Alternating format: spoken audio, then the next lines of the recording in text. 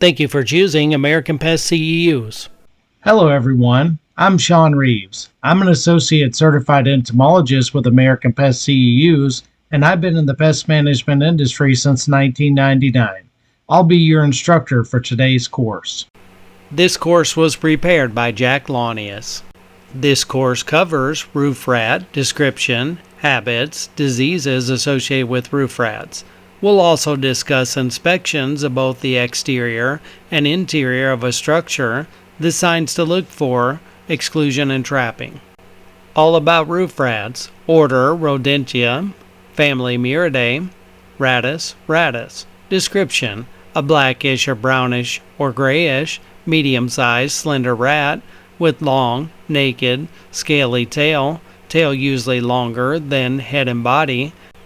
There are 3 color phases: black back with a slate gray belly, gray back with lighter gray belly, and brownish gray above with a white or cream colored belly.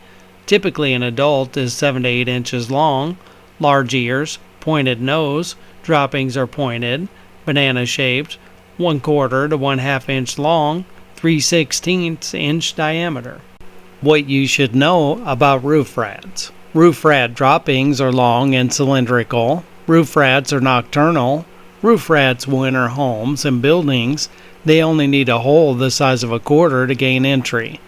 Roof rats are good climbers. They can climb walls and use utility lines and fences to travel from structure to structure. Outside, roof rats will nest in trees, wood piles, garbage, and plants.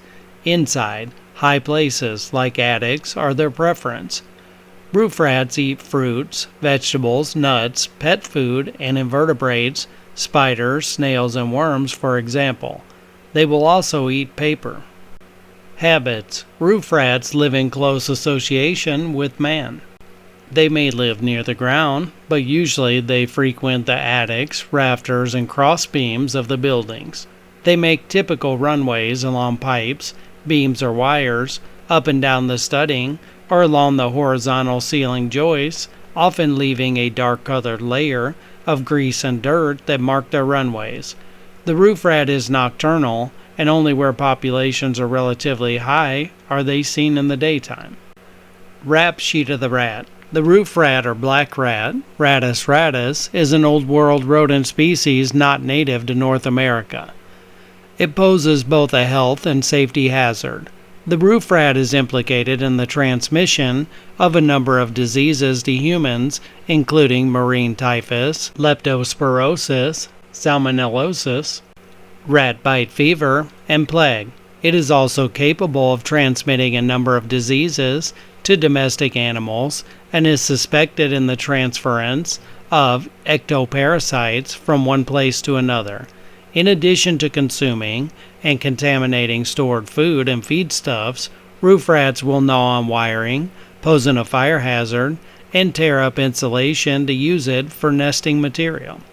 The rap sheet of the rat. The rats will feed on the fruit and vegetative portions of many landscape and garden plants, including the bark of trees. Their feeding and gnawing may completely girdle young trees. Roof rats will often eat the pulp from oranges while the fruit is still hanging on the tree, leaving only the empty rind. The roof rat is one of 3 rodent species that were brought to this continent aboard ships in the 17th and 18th centuries. The rap sheet of the rat. Roof rats are nocturnal, active at night. The most significant behavioral difference between the Norway and roof rats, which has implications for control methods, is the aerial nature of roof rats. Roof rats prefer to forage for food above the ground in elevated areas indoors and outdoors.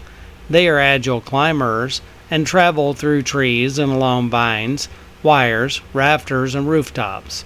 They often use trees and utility lines to reach food and to enter buildings, but can also be found foraging in dense ground cover. The rap sheet on the rat. Outdoors, they can travel several hundred feet in a single night to find their survival resources. They prefer to nest in secluded areas above ground in such places as attics, soffits, overhead garage storage, in the vine cover of fences or buildings, and in wood piles or other shared materials where harborage can be found. Roof rats sometimes burrow in the ground, especially in hot, dry environments. In these areas, they may use materials stored on the ground, concrete slabs and sidewalks to support shallow burrows. Roof rats have a high reproductive potential and may breed year-round in warmer areas. Females produce 5 to 8 pups per litter, with a possible 4 to 5 litters per year. Breeding roof rats reach sexual maturity at 3 to 4 months of age. Roof rats breed year-round, with peak breeding activity in spring and fall. The litter of 5 to 8 pups are born after a gestation period of 21 to 23 days. A female roof rat can have 4 to 5 litters per year.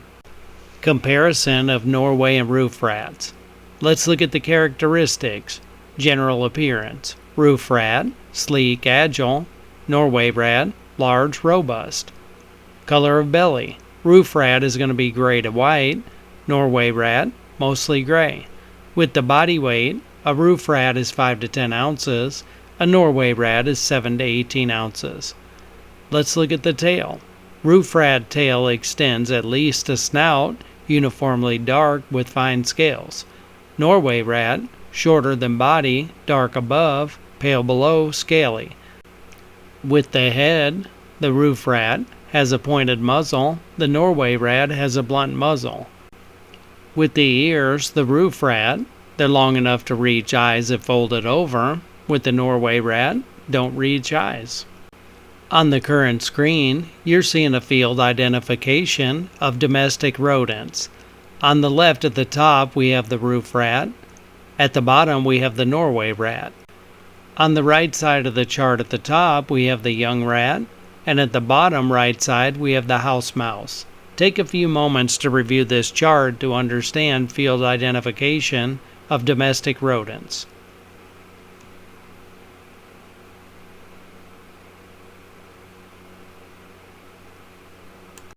On the current chart, we have droppings of Norway rats, roof rats, and house mouse.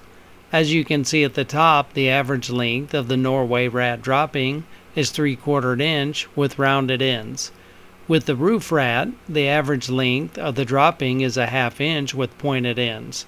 With the house mouse, the average length of the dropping is 1/4 inch with pointed ends. Diseases: Hantavirus pulmonary syndrome, HPS. Hantavirus pulmonary syndrome, HPS, is a deadly disease transmitted by infected rodents through urine, droppings, or saliva. Diseases: Humans can contract the disease when they breathe in an aerosolized virus. HPS was first recognized in 1993 and has since been identified throughout the United States. Although rare, HPS is potentially deadly.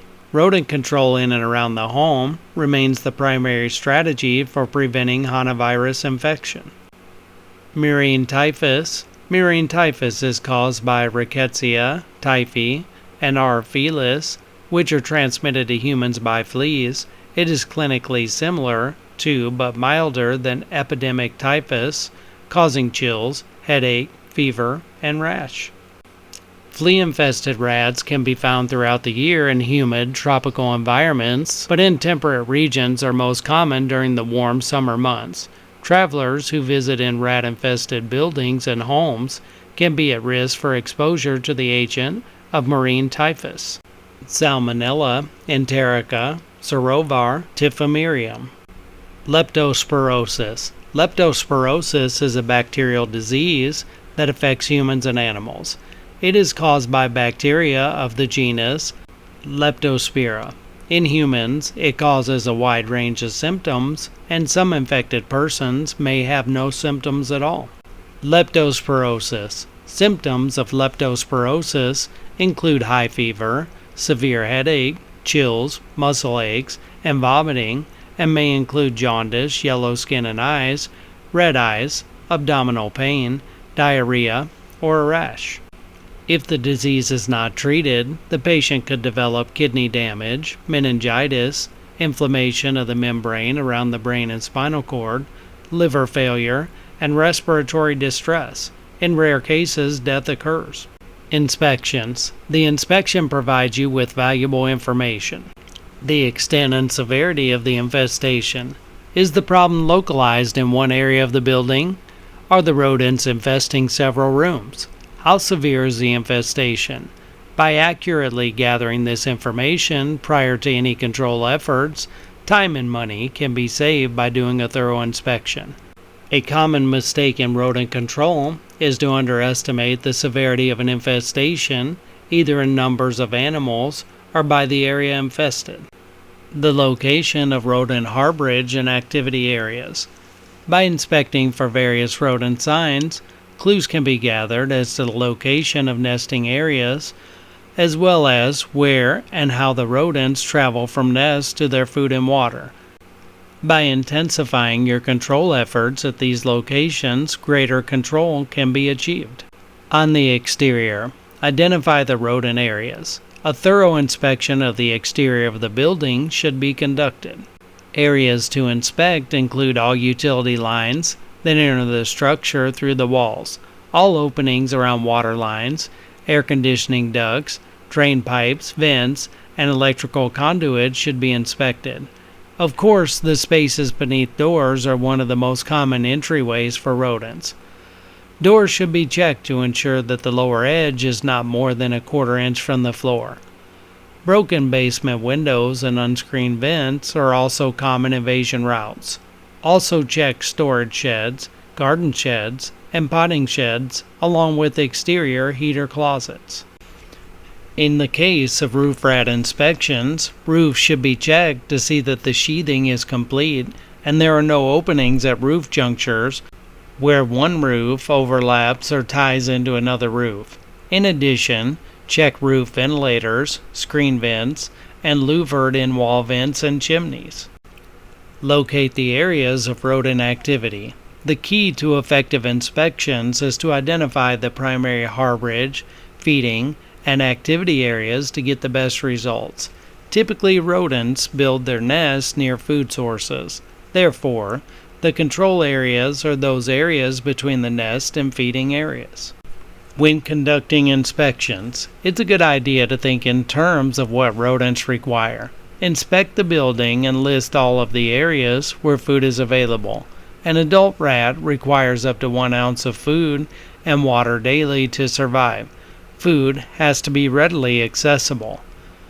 Keeping this in mind during your inspections, begin by locating all areas in and out of the account that provide food for rodents. This is especially useful when inspecting structures where there is a minor infestation and the rodent zone is difficult to pinpoint. Keep in mind if there is an abundance of snails or fruit that could be the food and water source. On the interior, inside structures, a few of the more common rodent harborage locations include the following: secluded corners. Remember, rodents follow wall surfaces and prefer corners because these areas provide them with a sense of security. Beneath and inside cabinets, beneath and within furniture, beneath and behind large appliances, floor cabinet voids in kitchens, base voids in dresser bureaus, wall voids, ceiling voids, sill plate areas on top of basement and crawl space foundation walls, attic areas, storage areas over a garage, and basements. There are rodent signs you should look for with roof rats. 1. Droppings, feces. 2. Gnawing damage. 3. Runways. 4. Tracks. 5. Grease marks or rub marks. 6. Urine stains. 7. Visual sightings of live or dead rodents. 8. Rodent sounds. 9. Rodent odors. Gnawing damage. Evidence of recent gnawing and or damage as a result of gnawing is an excellent sign for determining the presence of rodents. Rodents gnaw on many items including aluminum, mortar, plastic, lead, and any other items softer than the enamel of their incisors. Urine stains and odors. Rodent urine is often deposited on their runways and other frequented areas. Under ultraviolet light, rodent urine will fluoresce.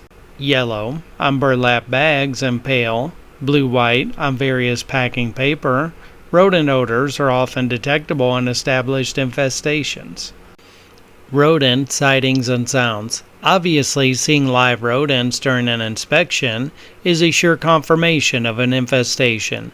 Various sounds produced by rodents and their young are high-pitched squeaks, gnawing and scratching sounds, and sounds of rodents moving across an attic, runways, tracks, and grease marks. Runways are usually evident in rodent infestations because rodents repeatedly use the same pathways between their nest and food sources. Control strategies. In some situations, you will have a wide range of control tools and strategies from which to choose. In other cases, however, your control options may be limited due to food exposure, safety precautions for children and non-target animals, and various environmental factors. All this can be determined through your inspection. Of course, the goal is not only an effective control program, but a safe one. Sanitation.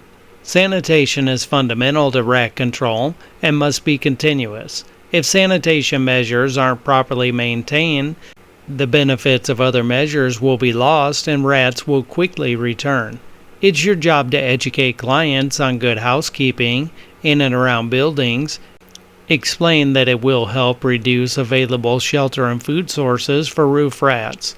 Off-the-ground storage of pipes, lumber, firewood, crates, boxes, gardening equipment, and other household goods will help reduce the suitability of the area for rats and will also make their detection easier. Sanitation. Where dogs are kept and fed outdoors, rats can become a problem if there is a ready supply of dog food. Instruct your client that they must feed their pet only the amount of food it will eat at a feeding, and store pet food in rodent-proof containers. Roof rats may live or establish their nest in. The left image is a garage drawer. The right image is the lower cabinet inside a home. Roof rats may live or establish their nest in newspaper and fabrics left in a garage and attic insulation. Trees, shrubs, and vines should be trimmed away from the structures. Tree limbs should be cut a minimum of 3 feet from the roof edge or overhangs. Exercise caution, pets, and rodent control. Many of the methods and materials used to control rats can affect pets as well. All rodent baits are toxic to dogs and cats, so be cautious when using these products.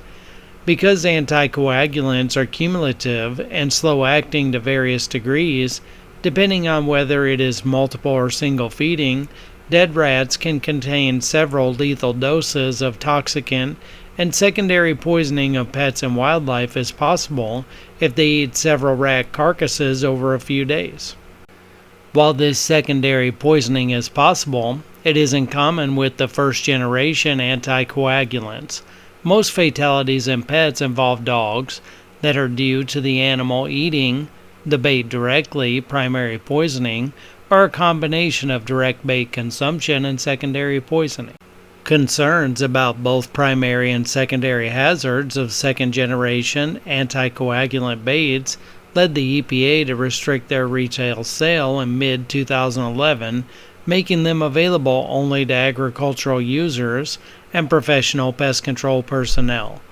When such baits are in use, extra caution is needed, as exposure to even a single dead rodent might be enough to poison a pet. All anticoagulant rodenticides have the same mode of action, i.e., interference with the synthesis of clotting factors, which results in hemorrhaging and death. In the liver cells, the biologically inactive vitamin K1-2,3 epoxide is reduced by a microsomal enzyme into biologically active vitamin K, which is essential for the synthesis of prothrombin and other clotting factors. Anticoagulant rodenticides antagonize the enzyme vitamin K1 epoxide reductase in the liver, causing a gradual depletion of the vitamin and consequently of vitamin K-dependent clotting factors. This results in an increase in blood clotting time until the point where the clotting mechanism fails, The principal use of anticoagulants worldwide has been for the control of commensal rodents, primarily Norway rats, ship rats, and house mice. About 10 anticoagulant rodenticides have been brought to the market. Some are reviewed here to illustrate their properties. A number have been registered for commensal rodent control.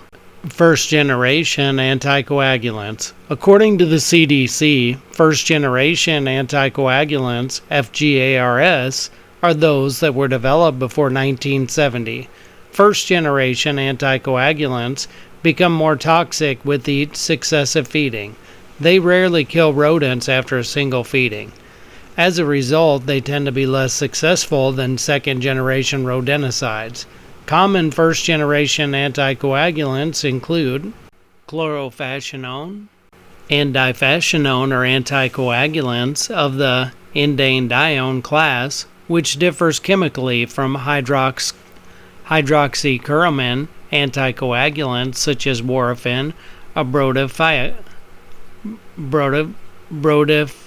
brotafacium. Difascinone is more toxic than warfarin to most species of rats and mice. Clinical and postmortem signs of toxicosis are as for other anticoagulants. The persistence of difascinone in the liver is similar to other first-generation anticoagulants, which are rapidly eliminated and do not bioaccumulate, like the second-generation anticoagulants. Chlorophacinone has similar properties to difascinone, but with slightly greater potency. Warfarin. Warfarin is the earliest first-generation anticoagulant rodenticide. It has been used in a range of rodent baits since it was first introduced in 1947. Warfarin, like other anticoagulants, inhibits the synthesis of vitamin K-dependent clotting factors. Symptoms of poisoning do not appear suddenly and will culminate in death in rats within about 5 to 7 days of initial ingestion. The single dose LD50 is 50 to 100 milligrams/kilograms in rats versus daily doses of 1 milligram/kilogram for 5 days, which will kill rats in 5 to 8 days. On this chart, you're seeing first-generation anticoagulants. Common name, chlorophacinone. Example products, trade names would be J.T. Eaton, AC, Rosol, difascinone, Ramic, Sierra, warfarin, Caput, Rodex. Let's look at portions of the label for Caput, a first generation with warfarin as the active ingredient. This is the front of the label for Caput rat and mouse bait. This product kills rats, mice, and voles. Net weight is going to be 18.75 pounds, 150 times 2 ounce, 56 grams per place pack. Each place pack equals 2 ounce, 56 grams. Place packs, active ingredient, warfarin, CAS number 81-81-2, 0.025%. Other ingredients are going to be 99.975%. Total ingredients 100%. EPA registration number 72500-6. This is a keep out of reach of children product with a caution word of caution. Harmful if swallowed. See back panel for first aid and additional precautionary statements. Directions for use. It is a violation of federal law to use this product in a manner inconsistent with its labeling. Read this label. Read this label and follow all use directions and use precautions. Use only for sites, pest, and application methods described on this label. Important: do not expose children, pets, or other non-target wildlife animals to rodenticides. To help prevent exposure, 1. Store product not in use in locations out of reach of children and pets. 2. Apply bait in locations out of reach of children, pets, domestic animals, and non-target wildlife, or in tamper-resistant bait stations. These stations must be resistant to destruction by children under 6 years of age and dogs, and must be used in a manner that prevents such children from reaching into bait compartments and obtaining bait. If bait can be shaken from stations, When they are lifted, units must be secured or otherwise immobilized. Even stronger bait stations are needed in areas open to hoofed livestock, raccoons, bears, other potentially destructive animals, or areas prone to vandalism. 3. Dispose of product container in unused, spoiled, and unconsumed bait as specified on this label. Note: bait stations are mandatory for outdoor above-ground use. Tamper-resistant bait stations must be used if children, pets, non-target mammals, or birds may access the bait. Use restrictions. This product is only for control of Norway rats, roof rats, and house mice in and around homes, industrial buildings, commercial, agricultural, and public buildings, and similar man-made structures. This product may also be used in transport vehicles, ships, trains, aircraft, and in and around related port and terminal buildings. Do not apply farther than 50 feet from buildings. Do not use in edible product areas of food or feed processing plants or other areas where food or feed is commercially prepared or processed. Do not contaminate food, feed, or food feed handling equipment or place near or inside ventilation duct opening. Do not broadcast bait. Do not sell this product in individual containers holding less than 4 pounds of bait. Selection of treatment areas. Determine where rodents will most likely find and consume the bait. Generally, these areas will be along walls and building foundations, in cellars and crawl spaces, by gnawed openings, in cornered and concealed places, between floors and walls, beside burrow openings, and other locations where signs of rodents have been seen. Remove as much alternative food as possible. Application directions. Norway rats and roof rats apply 2 to 8 place packs per bait placement, including deeply into rat burrows in infested areas. Space placements about 15 to 30 foot intervals. Maintain an uninterrupted supply of fresh bait for 10 days or until there are no longer fresh signs of rat activity or feeding on the bait. Follow-up. While wearing gloves, collect and properly dispose of all visible dead animals and leftover bait. To discourage reinfestation, limit sources of rodent food, water, and harborage as much as possible. If reinfestation occurs, repeat treatment. Where there is a continuous source of reinfestation, establish permanent bait stations and replenish bait as needed. Storage and disposal. Do not contaminate water, food, or feed by storage or disposal. Pesticide storage. Store an original container in a cool, dry place, inaccessible to children and pets. Pesticide disposal. Waste resulting from the use of this product may be disposed of on-site or at an approved waste disposal facility. Container handling. Non-refillable container. Do not reuse or refill this container. Offer for recycling, if available, or reconditioning. If appropriate, otherwise, dispose of empty container in a sanitary landfill or by incineration. Precautionary statements. Hazards to humans and domestic animals.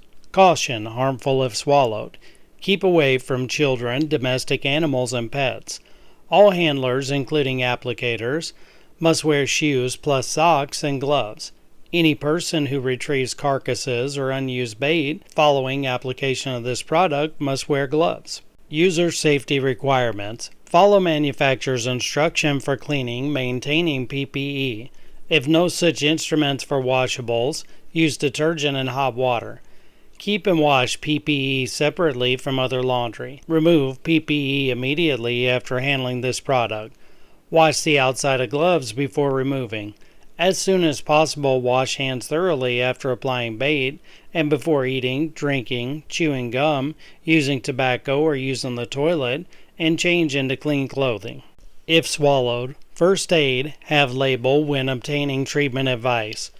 Call a Poison Control Center, doctor, or National Pesticide Information Network 1-800-858-7378 immediately for treatment advice. Have a person sip a glass of water if able to swallow. Do not induce vomiting unless told to do so by the Poison Control Center or doctor. Treatment for pet poisoning. If animal eats bait, call veterinarian or 1-800-222-1222 at once.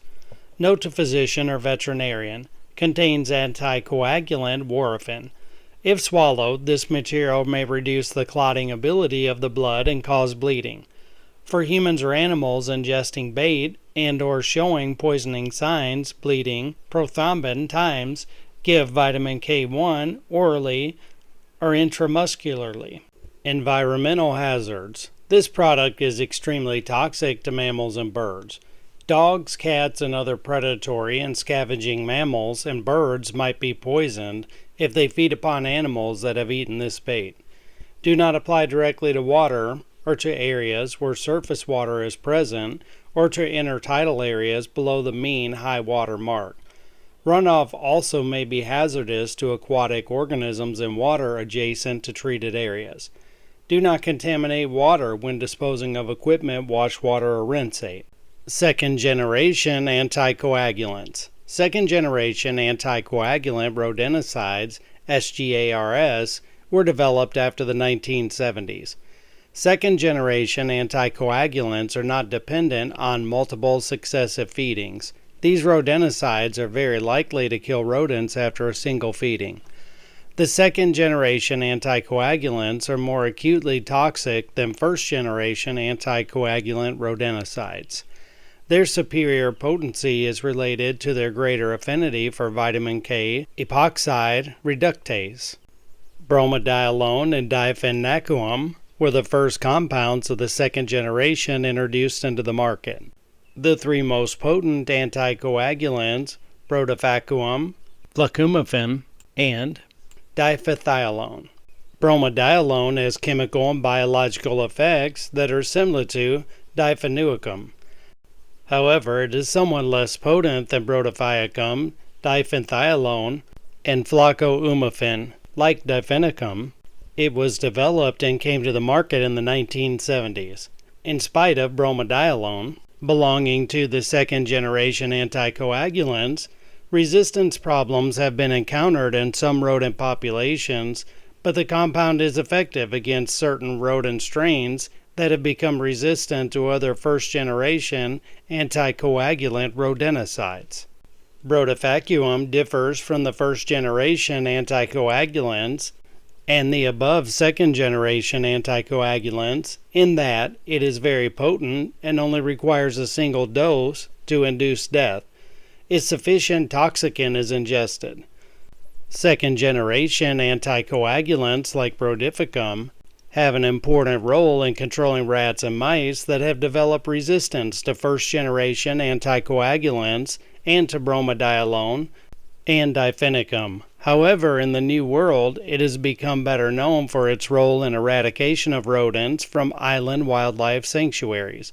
The field use of second-generation anticoagulants has resulted in reports of wildlife contamination. Difenicum was also introduced to overcome the early strains of resistant rodents found in the UK and on continental Europe. It is unusual among anticoagulants because, at the LD50 level, it is more potent to house mice than Norway rats. As was the case with bromadiolone, some resistance to difenicum is found in certain strains of rats and mice.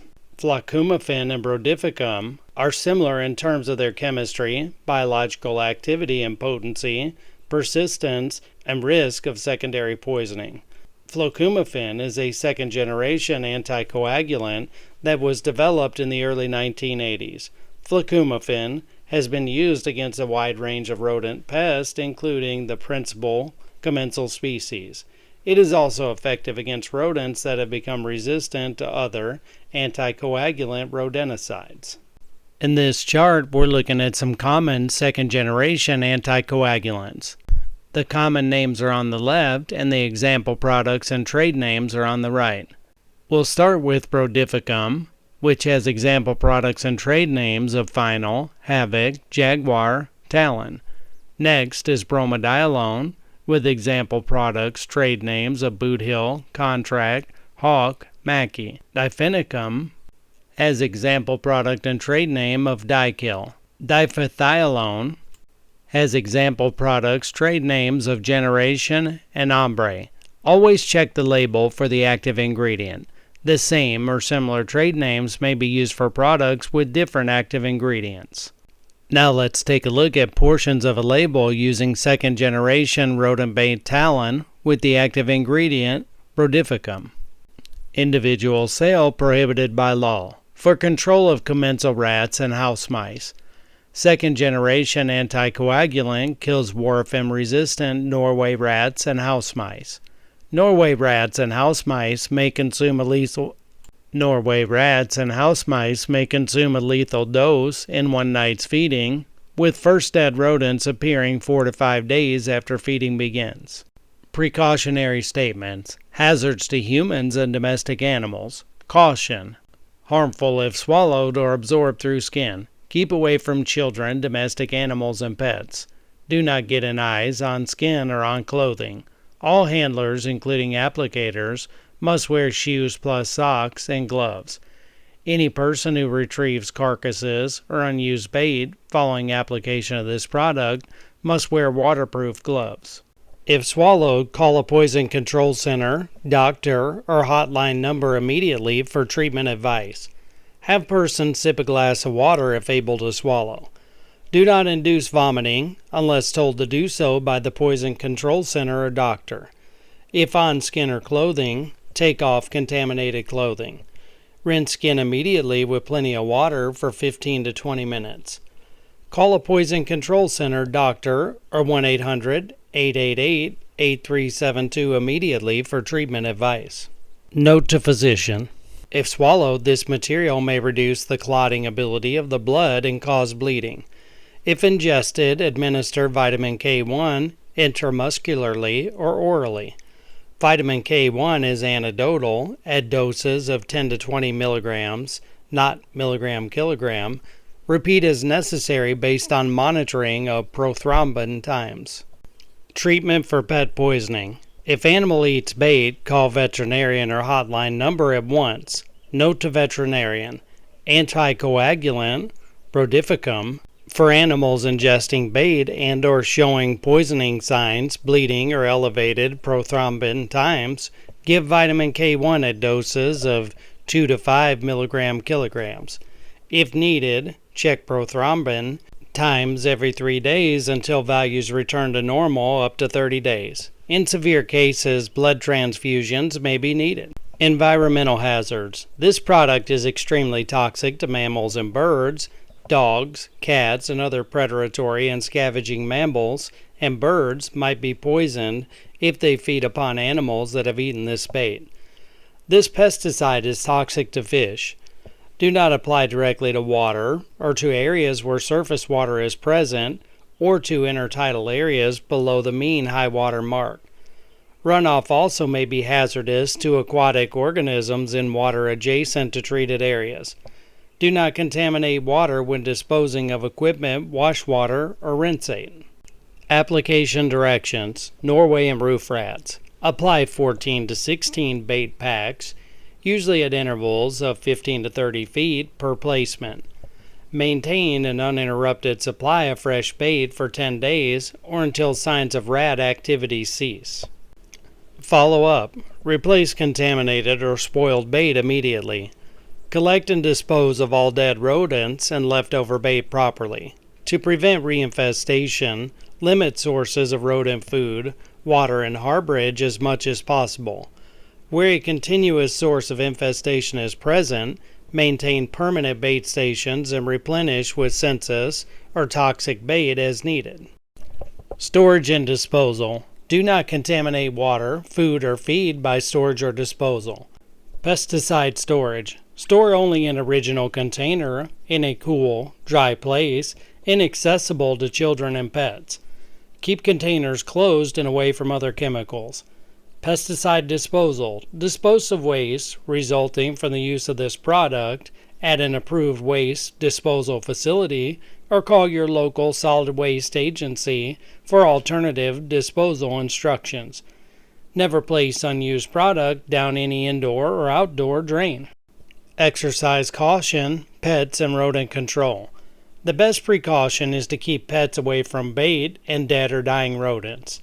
Dispose of dead rodents by burying them or placing them in a sealed plastic bag and putting them in the trash. Do not handle them with bare hands. Read all label directions on the bait and place it only in areas that are specified on the label. Put bait in locations out of the reach of children, pets, domestic animals, and non-target wildlife, or in tamper-resistant bait stations as required by the product label. Exercise caution, pets and rodent control. Bait stations must be resistant to destruction by dogs and by children and must be constructed in a manner that prevents a child from reaching into the bait compartments and getting the bait. If bait can be shaken from stations when lifted or tipped, stations must be secured or otherwise immobilized. As you would with any poison, take care to ensure safety to children and pets by limiting their access to the bait. Clearly label all bait stations with appropriate warnings and store unused bait in a locked cabinet or another area inaccessible to children and domestic animals. On this list, you're going to see areas and other conditions that can lead to rodents becoming a problem around your property. One of the areas of concern is your home attic and walls, Algerian ivy, palm trees, yucca, pampas grass, honeysuckle, blackberries, Italian cypress, juniper tams, star jasmine, other heavy shrubbery, wood and lumber piles, storage boxes, yard and garden storage. Research shows that by eliminating or reducing environmental conditions that are conducive to pest activity, you can strongly reduce or eliminate rodent infestations. This checklist is designed to provide the information necessary to assist you in your efforts to keep a home rodent-free after the initial service. Things you should do. 1. Remove stored items in close proximity to the structure. 2. Cut grass and/or weeds along the foundation. 3. Install hardware cloth over foundation vents. 4. Install hardware cloth over roof vents. 5. Install hardware cloth over marked openings. 6. Remove accumulated grocery bags and newspapers. 7. Repair interior plumbing leaks. 8. Repair exterior plumbing leaks. 9. Caulk or seal around plumbing penetrations. 10. Move stored boxes 6 feet from walls. 11. Install weather stripping along bottom of doors. 12. Remove pet food and water dishes when not used. 13. Store pet food in sealed containers. 14. Keep trash in sealed containers. Signs of rodent infestations. In the photo you can see rub marks from constant rodent activity. This can be very common in certain areas, especially where you've got high rodent activity, where they're scaling along walls and things like that. You'll see their rub marks because they have grease on their body, and that grease is going to transfer to whatever surface they're rubbing against. As you can see on the right, we also have some rub marks around the roof eaves. So again, this is definitely something to look for on your rodent inspections. Looking more at signs of rodent infestations, you can see rodent droppings and urine in the attic on the left and rat droppings at the roof flashing on the right. Now as you can see, the one on the right looks like a pretty big infestation, but this can be pretty apparent to you. If you're doing a good job of inspecting these areas, sometimes you're going to find out that it can be a really bad infestation, and sometimes you're going to find out that there's just a couple droppings here and there, and the infestation's not out of control. But that's good information when you're planning your service. You really need to get an idea of how bad the infestation is, how long it's been going on, because when you talk about things like setting traps, you got to figure out, okay, if I'm going to need to do trapping, I definitely need to figure out how bad the infestation is and how long I think I'm going to need to do trapping for to trap out all the rodents. Signs of rodent infestations. On the left, you can see rodent trails, droppings, and urines in attic insulation. This is a very common occurrence. On the right, you can see a rat's nest in a water heater closet. This again can be another common occurrence and things you should be looking for. In yet a couple of more occurrences where we found rodents, here's rodent evidence in a heater closet on the left And some signs of rodent infestations in an attic, as you can see on the right, can be chewed wires, brown staining, lots of droppings, insulation removed, among the many things you might find in an attic that would show signs of rat presence. Again, looking at more signs of rodent infestations, on the left you're seeing rodent droppings and snail shells. On the right you're seeing more rub and grease marks. On these signs of rodent infestation, you're seeing rub marks at an opening up on a roof, and then on the bottom right you're seeing chewed wires. Chewed wires are one of the biggest concerns, I think, when it comes to rodents. If you even mention that to your clients, you obviously get their attention. It's not something I try to scare people with, but it is something we need to be aware of that can be a major problem, because rats are always filing their teeth down and they have to keep chewing to do so, so it's always going to be an issue of them chewing wherever they go. Again, in the signs of rodent infestations on the screen, you're seeing rub marks and chewed wires. You're also seeing rub marks on the right. With some often overlooked points of entry, on the left you're seeing a gap at roof tile and wall. On the right you're seeing a gap in wire with rodent marks on a line. And once again, the gaps in the wire can be easy to miss, especially if there's been rodent exclusion work done before and you're thinking, well, this is already done. Maybe it's somebody from your company, maybe it's another company, maybe even the homeowner, but you would think you're okay on it. That's where you can get burned. You really have to look especially closely when you see previous work having been done to make sure it's been done correctly. In more often overlooked points of entry, on the left you can see rodent entry in a broken screen behind a utility box. On the right, you can see rodent entry under a damaged screen. In this case, it happens to be in a pipe chase area. In this instance of often overlooked points of entry and nesting areas, on the bottom left you're seeing rodent entry at a foundation wall, and on the right you're seeing stacks of firewood, which is a perfect nesting area. Once again, that's another area that the customer or homeowner themselves needs to clean up. It's not something you're particularly going to do as a pest control company. So we need to keep in mind the fact that customer cooperation is a big part of any rodent control service. When it comes to things like rodent inspections, sometimes it can be really easy to figure out what the problems are. Take, for instance, this house in the woods. It can be really easy for us to see that this house is surrounded by trees, so there's a lot of harborage areas for rodents, as well as trees overhanging the house everywhere. So as you can imagine, it's really easy for the rodents to work their way in. So when we're looking at a structure like this, we know we're going to have a major task on our hands to do an inspection good enough to find all the rodent entry points. And the inspection's really everything. If we don't find all the rodent entry points, we all know that we're going to have a major problem ever solving the rodent issue itself. The entry points are going to be the biggest thing to solve. When you start talking about putting out rodenticides and things like that, they're not going to work if you don't stop the entry points, especially with something like roof rats. The populations are going to be too big. They're going to keep coming, as well as the fact that if you get roof rats dying underneath homes, inside walls, attics, there's going to be a really bad odor. So just keep in mind, finding the entry points, especially on tough projects like this, are going to be paramount to your success. Here's another interesting one we came across. In this case, the tree is growing right next to the home and giving the rats a super highway to get on top of the home. So you can imagine, once again, if this tree isn't trimmed back, we can do all the work we want, whether it's exclusion, rodenticides, whatever the case may be, but the roof rats are going to be able to get right up on top of the structure still. And that's not something we want. People would say, well, what difference does it make? Because if we've got it excluded on top, they shouldn't be able to get in. That's not the point. First of all, most people don't want rats getting on top of their home. The second part is that they're always going to be trying to get back in. There's going to be smells, there's going to be urine scents, things like that. They're always going to attract the rodents to try to get back in. So we need to make sure that this problem is solved. As you can see with this tree, it has to be trimmed back. But also in the future, the owner has to make sure it stays trimmed back. We're not always going to be on the property, so you have to make sure that the customer understands the maintenance of the trees is going to be a big part of everything we do.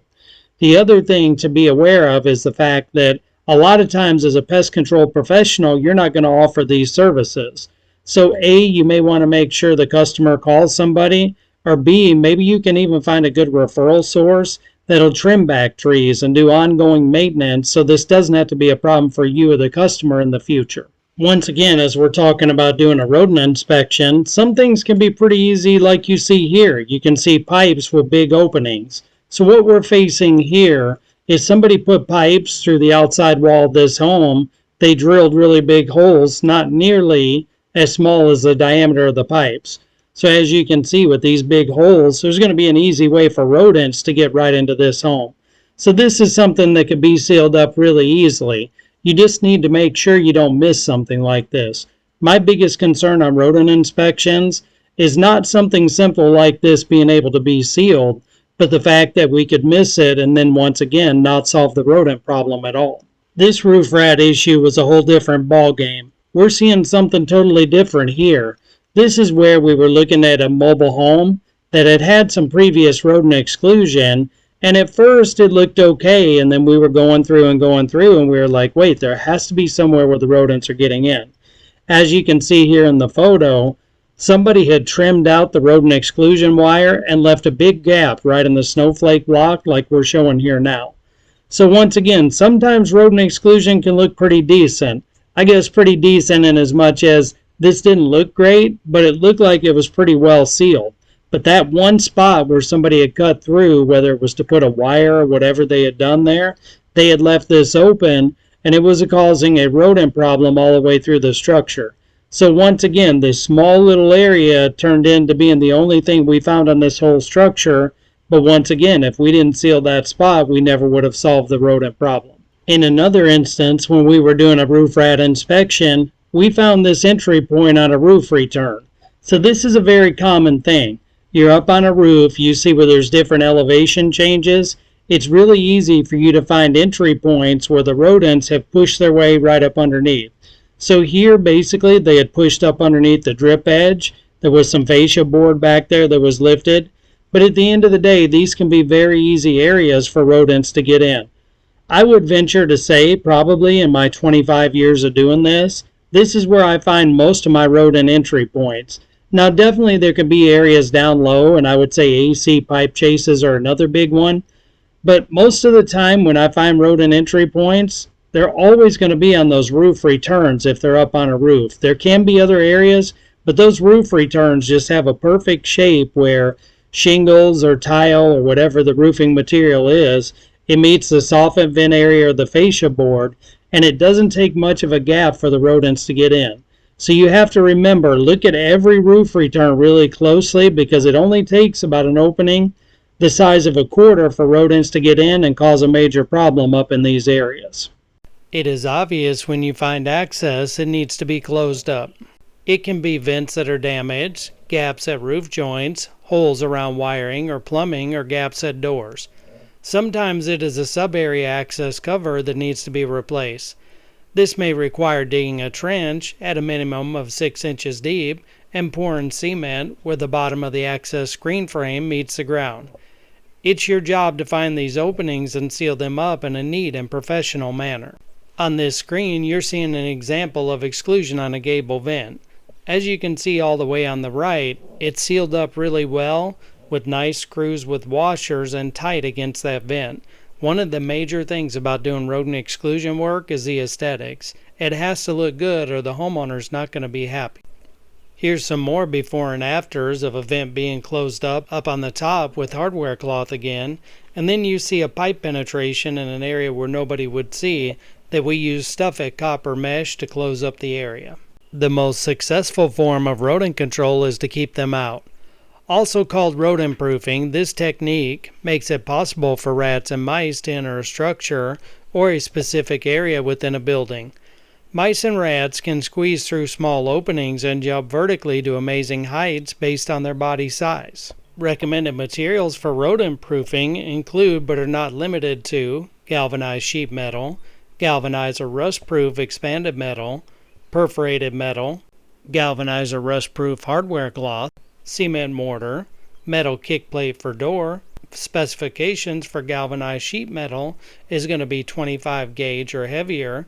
Specifications for galvanized or rust-proof expanded metal, 28 gauge or heavier, mesh openings no larger than 1/4 of an inch. Specifications for perforated metal are going to be 24 gauge or heavier, not perforations larger than 1/4 of an inch. For galvanized or rust-proof hardware cloth, we need 19 gauge or heavier, no opening greater than 1/4 of an inch. For cement mortar, we need a 1 to 2 to 4 mixture or richer. There are many varying and unique options for rodent control. Most pest control companies, however, are known to use traditional forms of control like trapping and exclusion. There are some companies that use their own methods, though, and they have their own standards. These companies can vary in styles that may include the use of new technologies and the use of old ideas in a new way. The best standard, however, that employs the use of reasonable standards, both new and old, is an IPM plan. Many companies like to use poisoning as a primary control solution. However, poisoning alone is not usually the best solution. In many cases, poisoning isn't part of the solution at all. The most effective long-term solutions always include methods such as exclusion and other forms of environmental alteration. This takes into account the current pest problem and helps to account for an ongoing or recurring pest problem. Rats can enter buildings through holes as small as 1/2 inches and can chew through many materials, even some of those used to prevent their access. This is why it's important to understand how to find and seal entry points properly and how the materials used can be effective or ineffective. Rodent control is one of those unique situations where effective IPM may be possible in most cases without the use of pesticides. Ironically, poisons are readily available, and many people choose poisons over the long-term solutions found with IPM. The simple combination of trapping and excluding could correct many ongoing rodent problems and solve them long-term. Steel wool is often used by pest control companies as a go-to solution for many holes. Steel wool, however, is not appropriate for most uses. Steel wool rusts and falls apart, making it less than suitable for any location. Instead, copper wool or mesh, sometimes referred to as stuffing, can be used. One disadvantage of copper mesh is its obvious bronze color.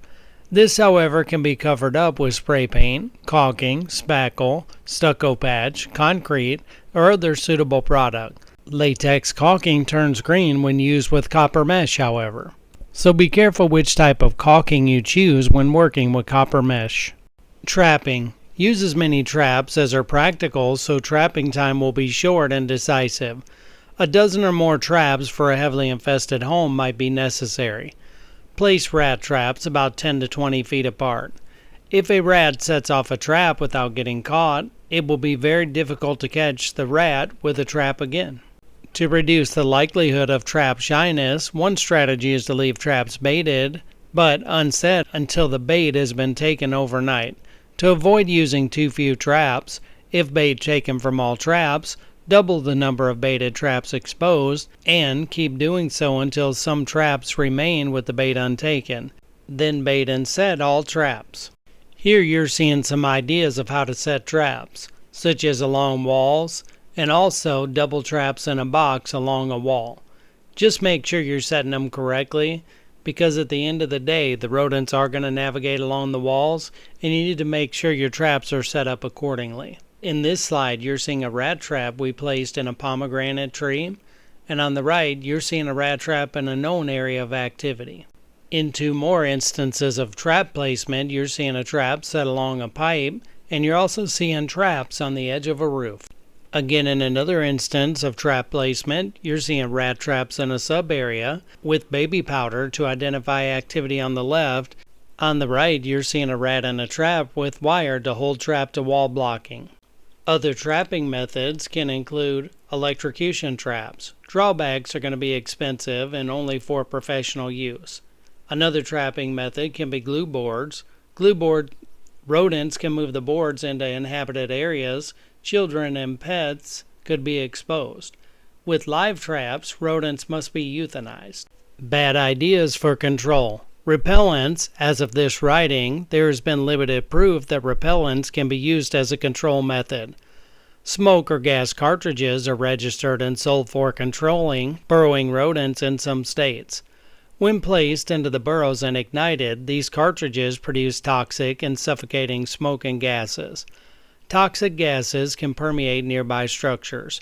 There is a risk of catching dead grasses and brush on fire. Congratulations, you have completed the course. You are ready to take the quiz and receive your credit. Please send your comments about the course to pestceus@gmail.com.